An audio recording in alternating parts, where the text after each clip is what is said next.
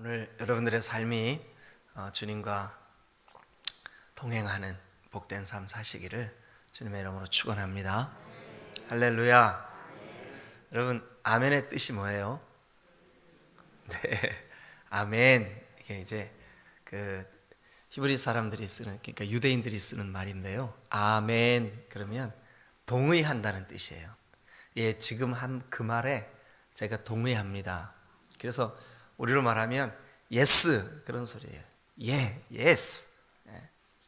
그래서 여러분 주님과 동행하세요. 그러면 예, 그 소리가 아멘. 예. 그런데 여러분, 우리 주님의 별명이 많으시잖아요. 우리 주님이 별명이 많으세요, 그죠? 네.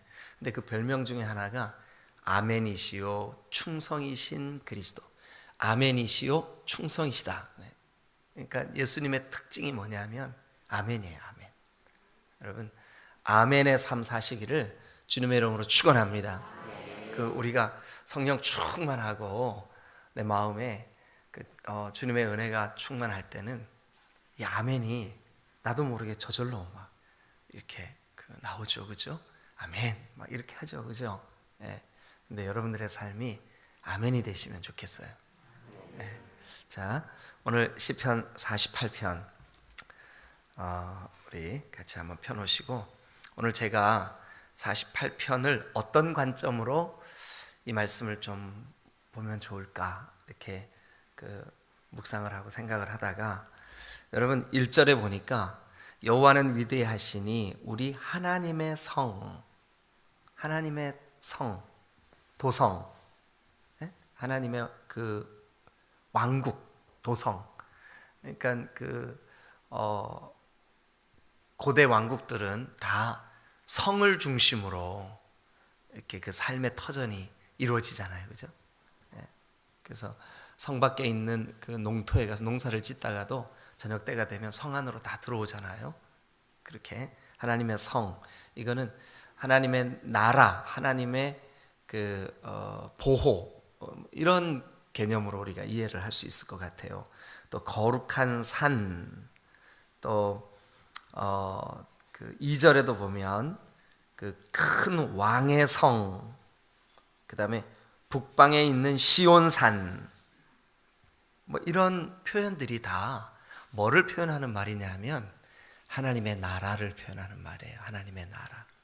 이제는 아마 우리 디딤돌교회 성도들은 제가 하도 하나님의 나라 그래가지고 하나님의 나라에 대한 개념이 이제 좀 분명해졌다고 생각을 합니다. 여러분, 우리가 이 땅에서는 하나님의 나라를 믿음으로 사는 거예요. 네, 믿음으로. 여러분, 우리의 현실은 어때요? 지지고 볶고 분내고 슬퍼하고 또 삶의 그 상황들이 전쟁 같지 않아요, 그죠? 네? 전쟁 같. 돈 벌어야 되고 건강 유지해야 되고 전쟁 같잖아요. 네. 그런데 이 땅에서 이미 하나님의 통치, 하나님의 다스리심, 그러니까 내 마음에 하나님, 오늘도 하나님이 나를 좀 다스려 주세요. 틀림없이 지금 이 상황은 내가 한숨을 쉬고 고민을 하고 고통받아야 되는 상황인데 하나님이 나를 다스려 주시니까 그 고민보다 이 하나님의 통치가 더 커서 하나님이 주시는 평안이 나를 지배한단 말이에요. 예. 그게 하나님의 나라가. 그런데 이 땅에서 이렇게 하나님의 나라를 살아본 경험이 없는 사람은 죽어서도 사실은 보장을 못해요. 사실은. 여러분, 우리 죽어서 반드시 천국 가죠. 그죠? 죽어서 천국 가죠. 그러나 이 땅에서 이미 그 하나님의 통치, 하나님의 나라가, 그래서 예수님이 그랬잖아요. 제자들이, 주님, 우리에게 기도를 좀 가르쳐 주세요. 그래, 내가 기도 가르쳐 주마. 하늘에 계신 우리 아버지, 아버지의 이름이 나 때문에 거룩히 여김을 받으십시오. 이렇게 기도해라. 그리고 하나님의 그 나라가 임하게 해달라고 기도해라. 네 삶에 오늘 하루 하나님의 나라가 임하게 해달라고 기도해라. 나라가 임하오시며. 근데 그 나라가 원어로 보면 바실레이아 이렇게 써요. 바실레이아. 그게 뭐냐 하면 통치를 의미해요. 통치, 다스림. 그러니까 오늘 여러분들이 이 새벽부터 주님의 그 통치를 기대하세요. 내 마음, 내 생각, 내 감정, 내 삶의 모든 만약에 제가 지금 이 드리는 말씀을 여러분들이 성경으로 좀 답을 얻으면 좋겠어요. 누가복음을 한번 펴보세요. 누가복음 17장 다 펴세요. 그리고 우리 목사님이 좀 읽어주세요. 마태, 마가, 누가복음. 그 시편은 이렇게 손으로 끼워 놓으시고요. 누가복음 17장 20절 21절 20절 21절.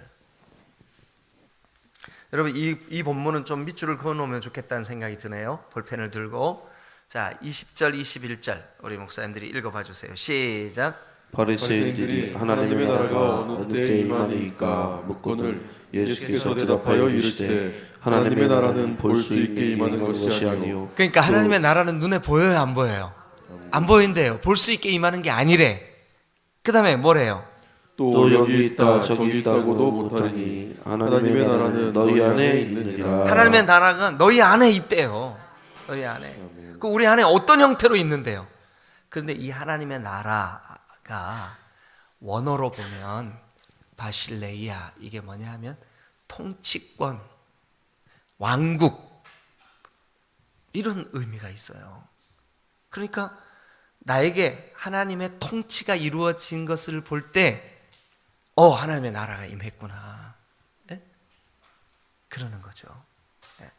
그러니까 엄마가 먼저 하나님의 나라가 풍성하게 임해가지고 틀림없이 이거 지금 상황은 막 힘들고 지치고 어둡고 무섭고 그런 상황에 근데 이상하게 내 마음에 평강이 막 넘쳐.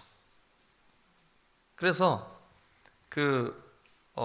가정 안에 자녀들에게 야 우리 엄마 기도하러 가시고 그러더니 막 변했네. 어떻게 저렇게 며칠 전까지만 해도 막 얼굴에 한문이 내천자가 그려져 있고 막 그랬는데 오늘은 좀 다르네. 이거를 자녀들이 느낄 수 있을 때 그 하나님의 나라가 여러분 속에서 표현되지는 거예요. 드러나 보여지는 거죠. 하나님의 나라가. 그런데 시편 48편을 다시 한번 가보세요. 이 시편 48편이 1절 여호와는 위대하시니 우리 하나님의 성 거룩한 산 이게 하나님의 나라예요. 하나님의 나라에서 극진히 찬양을 받으시리로다. 자, 그래서 저는 오늘 이 48편을 통해서 하나님의 나라를 사는 사람들의 삶의 특징을 좀 발견하면 좋겠다는 생각이 들어요. 하나님의 나라를 사는 사람들의 삶의 특징, 이게 어떤 특징이 있을까? 몇 가지로 우리 한번 좀 살펴보죠. 일단 그거 살펴보기 전에 오늘 자꾸 찾으라 그래서 미안합니다. 좀 졸릴만 하면 찾으라 그러고 이렇게 투정하지 마시고 갈라디아 한번 가보세요. 갈라디아 5장 갈라디아 5장 22절 23절 24절까지 읽겠습니다. 갈라디아 5장 22, 23, 24절. 자, 같이 한번 읽을까요? 시작. 오직 성령의 열매는 사랑과 희락과 화평과 오래 참음과 자비와 양선과 충성과 온유와 절제니 이 같은 것을 금지할 법이 없느니라. 그리스도 예수의 사람들은 육체와 함께 그 정욕과 탐심을 십자가에 못 박았느니라. 네. 여러분 이 오직 성령의 열매는 그러니까 성령으로 사는 사람은 사랑과 기쁨과 희락이 기쁨이에요. 기쁨과 화평과 오래 참음과 자비와 양선과 충성과 온유와 절제니 이 같은 법을 금할 법이 없대. 그러면서 그리스도 예수의 사람, 그러니까 그 안에 그리스도 예수가 있는 사람, 우리 표현대로라면 뭐예요? 하나님의 나라를 사는 사람. 그 사람은 육체와 함께 그 정욕 그리고 탐심 이것을 어떻게 했대요? 십자가에 못 박았대요. 십자가에 못 박았대. 예? 자, 그러면 하나님의 나라는 여기 있다 저기 있다 하는 게 아니라 이미 우리 마음속에 하나님의 이 통치와 다스리심이 이루어지는 거구나. 그런데 그 예수의 사람, 여기 갈라디아 2장 23절에 24절에는 그리스도 예수의 사람들은 성령의 열매를 맺는데요. 어떻게 해요? 오직 성령의 열매, 사랑, 희락, 화평, 오래 참음, 자비와 양선, 충성, 온유, 절제. 야, 이런 게 나타나는구나. 전에 육체적이고 정욕적이고 탐심이 가득해가지고 이 욕심을 못 내려놓고 이랬어요. 전에 우리가 그랬어요. 근데 하나님의 나라를 살게 되고 하나님의 통치가 이루어지니까 이게 바뀌었단 말이에요.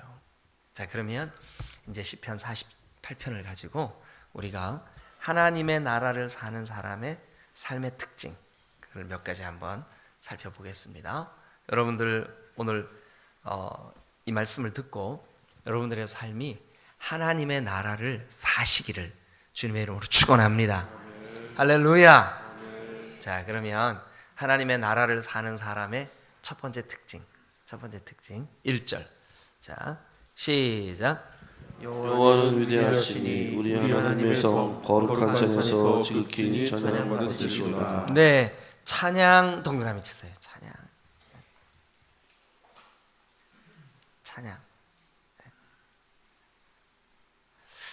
네. 여러분들의 삶 속에 성령 충만할 때 어때요? 네? 찬양이 넘치죠, 그죠? 네. 자기도 모르게 그냥 흥얼흥얼 찬양하게 되죠, 그죠?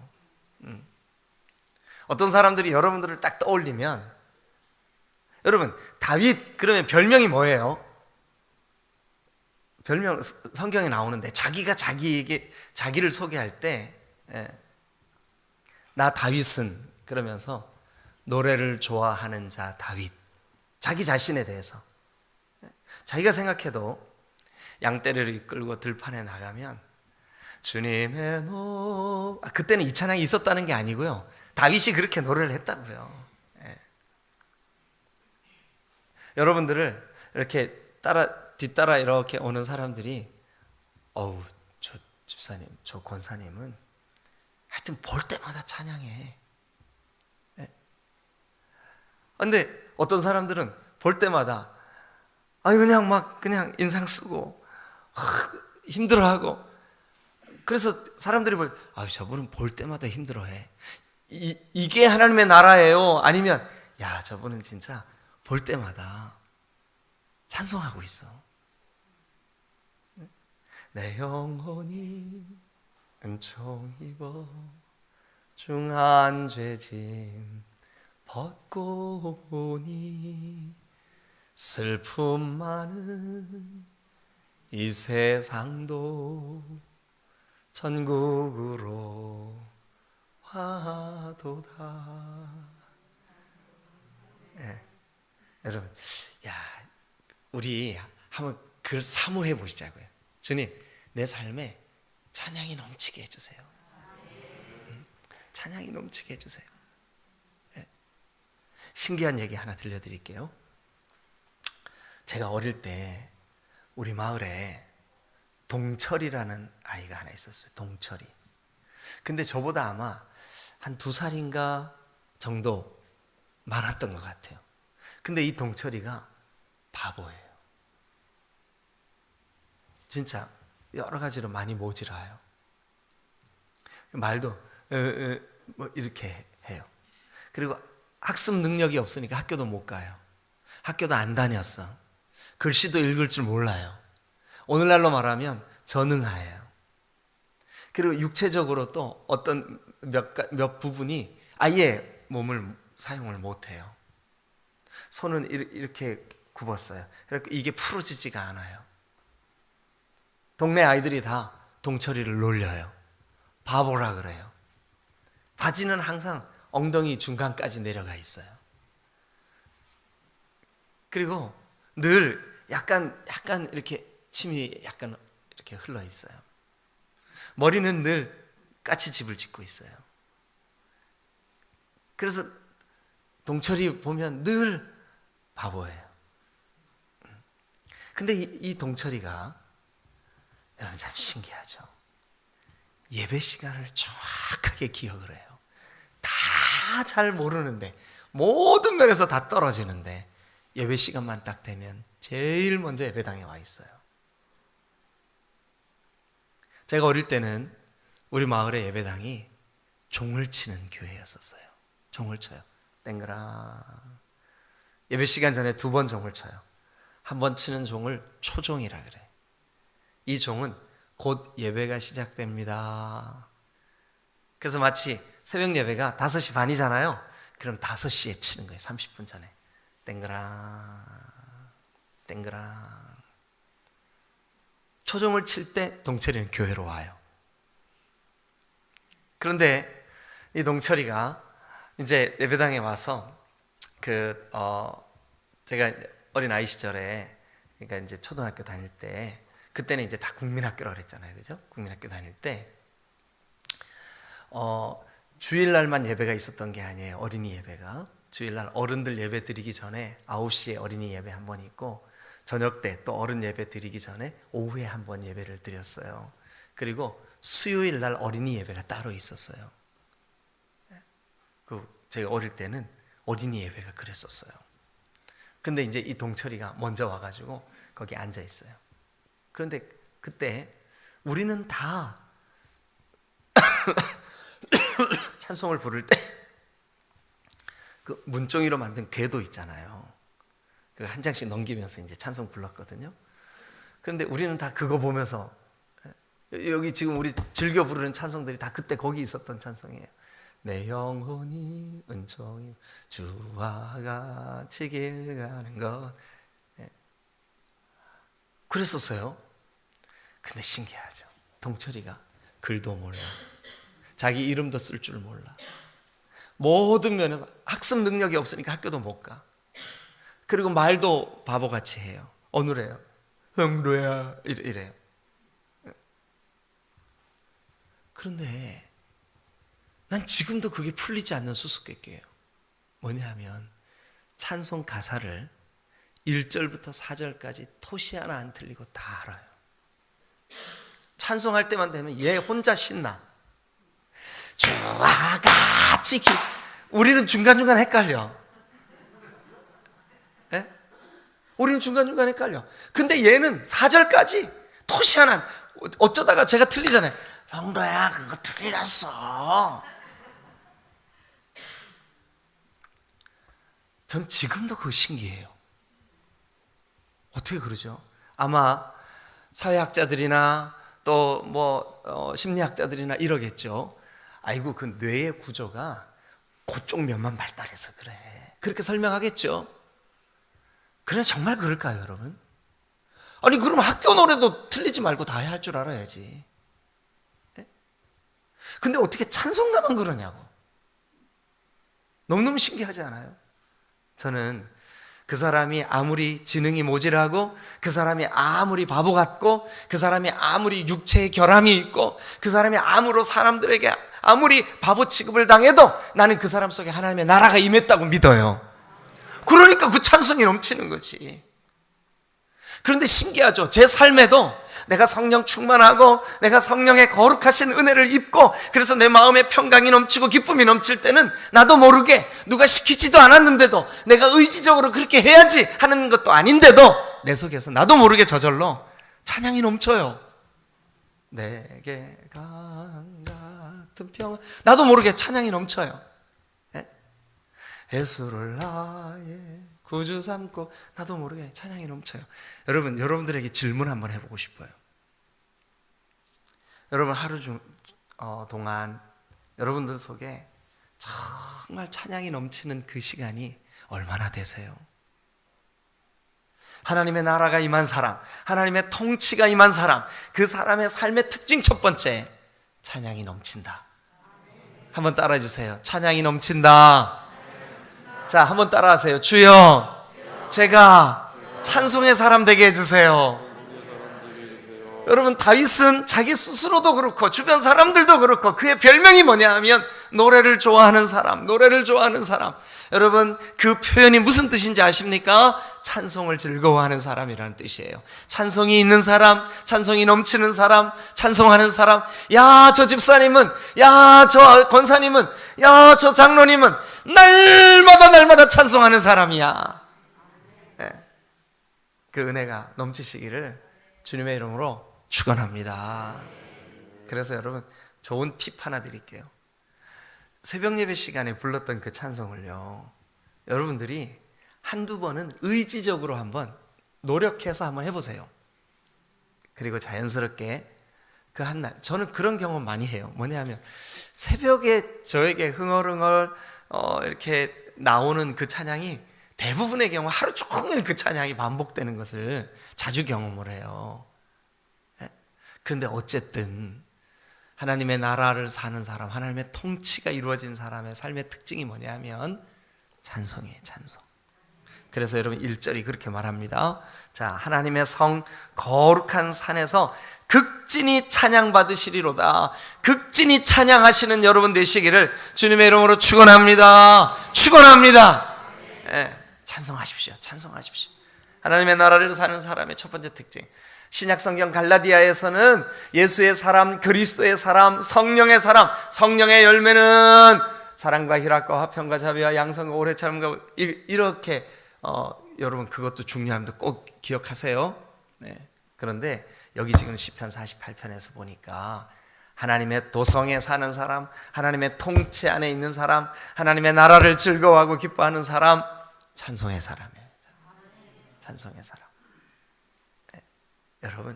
여러분들의 발걸음이 찬송으로 충만하시기를 주님의 이름으로 축원합니다. 자, 그 다음에 한번 보죠. 2절 한번 읽어보시죠. 2절. 자, 같이 읽습니다. 시작. 터가 넓고 아름다워 온 세계가 즐거워하며 큰 왕의 성 곧 북방에 있는 시온산이 그러하도다. 네, 시온산이 그러하대요. 시온산, 여러분 하나님이 택하신 산, 시온산. 시온산은 하나님의 백성들이 사는 산, 하나님의 백성들이 사는 도성, 하나님의 나라가 임한 그곳을 시온산, 시온이라 그래요. 시온. 물론 이스라엘 사람들은 예루살렘을 시온이라고 합니다. 그러나 성경 전체의 개념은 뭐냐 하면 시온, 하나님의 임재가 있는 도성이라는 뜻이에요. 그런데 그 도성이 터가 높고 아름답고 온 세계가 뭐 한대요? 즐거워한대요. 여러분, 하나님의 통치를 받는 사람의 두 번째 특징 뭐냐? 기쁨입니다. 기쁨. 이거는 성령의 9가지 열매와도 똑같아요. 오직 성령의 열매는 사랑과 희락은 기쁨이라는 말이에요. 자, 여러분, 우리 성경 한 곳 찾죠? 로마서 14장 17절. 로마서 14장 17절.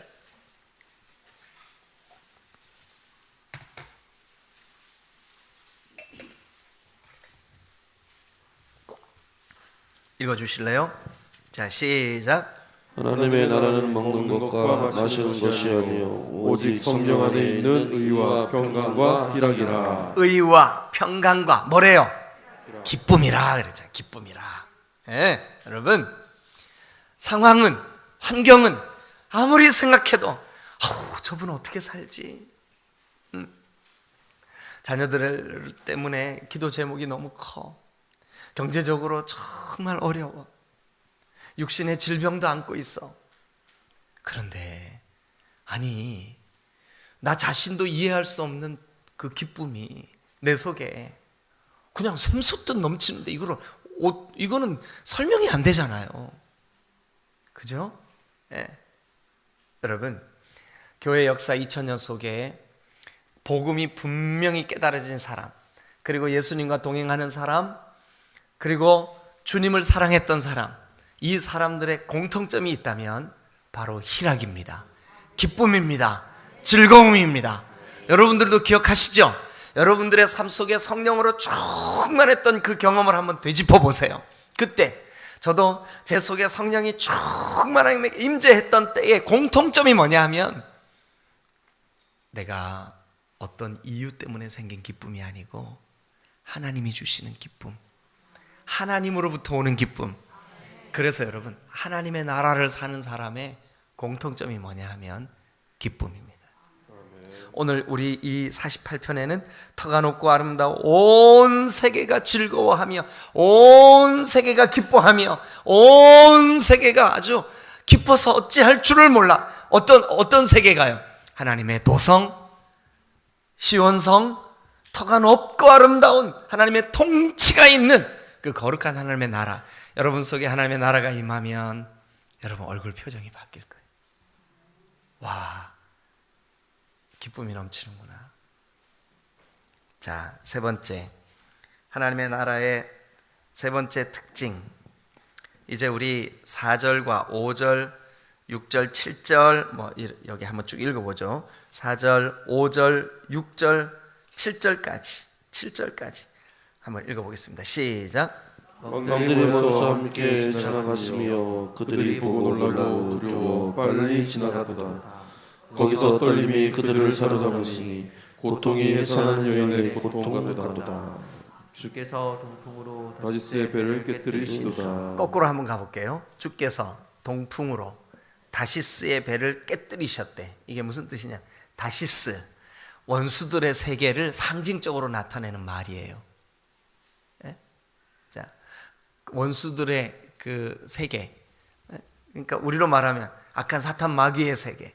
그런데 그들을 다스리는 왕들 한번 보세요. 6절, 거기서 떨림이 그들을 사로잡으니 고통이 해상하는 여인의 고통 같도다. 누가요? 원수들의 고통이. 원수들의 고통이. 그러면 여러분, 우리에게는 원수들이 이렇게 고통받는다면 우리에게는 뭐가 있는 거예요? 승리가 있는 거죠. 승리. 하나님의 나라를 사는 사람의 아주 공통된 특징 중에 하나가 뭐냐 하면, 전에는 죄에 끌려다녔어요. 전에는 운명에 끌려다녔어요. 전에는 슬픔에 끌려다녔어요. 그러나 이제는 승리할 수 있을 줄로 믿습니다. 예수의 이름으로 나는 일어서리라. 할렐루야. 예수 이름으로 승리를 얻었네. 여러분, 하나님이 우리를 통치하시고 다스리실 때 우리가 승리하게 될 줄로 믿습니다. 그래서 하나님의 나라를 사는 사람의 세 번째 특징, 승리입니다. 승리. 첫 번째 특징, 찬송입니다. 두 번째 특징, 기쁨입니다. 세 번째 특징, 승리입니다. 승리. 할렐루야. 자, 9절 봅니다. 9절 시작. 하나님이여, 우리가 주의 전 가운데서 주의 인자하심을 생각하였나이다. 하나님, 우리가 주님의 통치, 주님의 다스리심이 있는 주님의 전은 성전, 주님, 여러분 한 사람 한 사람의 마음이 성령이 거하시는 성전인 줄로 믿으시길 축원합니다. 그래서 여러분, 하나님의 통치를 받는 하나님의 나라가 임한 사람에게는 뭐가 생각이 나느냐? 주의 인자하심이 생각되어질 줄로 믿습니다. 그런데 이 주의 인자, 이게 여러분 무슨 뜻이냐면 사랑이라는 뜻이에요. 사랑. 그래서 여러분, 성령의 9가지 열매도 사랑과 기쁨과 이렇게 시작하죠. 그런데 여기 시편 48편에도 시인이 노래합니다. 하나님의 통치를 받는 하나님의 나라는 하나님의 인자하신 하나님의 사랑을 기억할 수밖에 없다. 여러분, 그래서 우리도 사랑의 사람이 될 수밖에 없는 줄로 믿습니다. 여러분, 지체들을 사랑하세요. 여러분 자신을 사랑하세요. 하나님을 사랑하세요. 그리고 힘을 다해 여러분들의 주변 사람들을 사랑하세요. 왜 그러냐 하면, 하나님의 통치를 받는 사람, 그 사람의 삶의 특징이 바로 사랑이기 때문에 그래요. 누군가 여러분들을 볼 때 아유 저분 진짜 까칠해, 아유 저분은 지나가면 찬바람이 쌩나, 여름에도 추워 그러면 여러분 그거 덕스럽지 못해요. 여러분들의 가는 곳이 긴장감이 돌고 사람들을 불편하게 하고 그게 좋겠어요. 저분만 오면 마음이 평화로워져. 저분하고 있으면 괜히 그냥 평안해. 여러분 우리 주님은 사랑이신 줄로 믿습니다. 성령이 임한 사람, 성령의 임재 가운데 거하는 사람, 그 사람의 삶의 특징은 뭐냐면 사랑이에요. 사랑. 자, 또 이제 여러분 14절 한번 보시죠. 14절 하나님의 나라의 특징 14절 시작. 이 하나님은 영원히 우리 하나님이시니 그가 우리를 죽을 때까지 인도하시리라. 네, 이거는요 뭐냐 하면 확신이에요. 확신. 네, 확신. 나를 다스리시고 통치하시는 저 하나님의 도성의 주인이신 하나님, 그분은 영원히 우리 하나님이시다. 그리고 그가 우리를 죽을 때까지, 아니 죽고 난 다음에는 더 영원히, 그죠?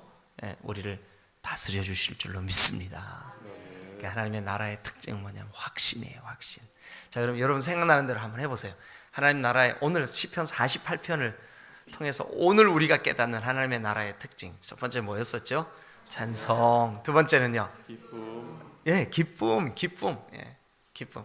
주와 같이 오늘 기뻐하세요. 예, 세 번째 하나님의 나라의 특징 뭐예요?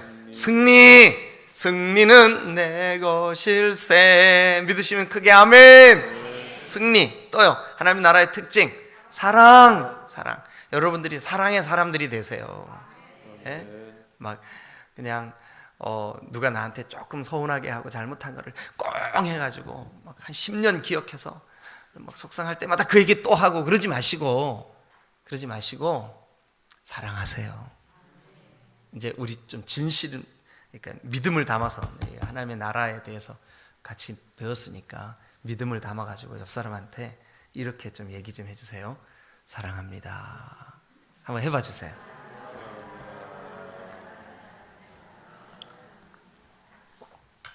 사랑. 그 다음에 시편 48편에서 마지막 뭐예요? 특징이? 확신. 이것만 기억하시자고요.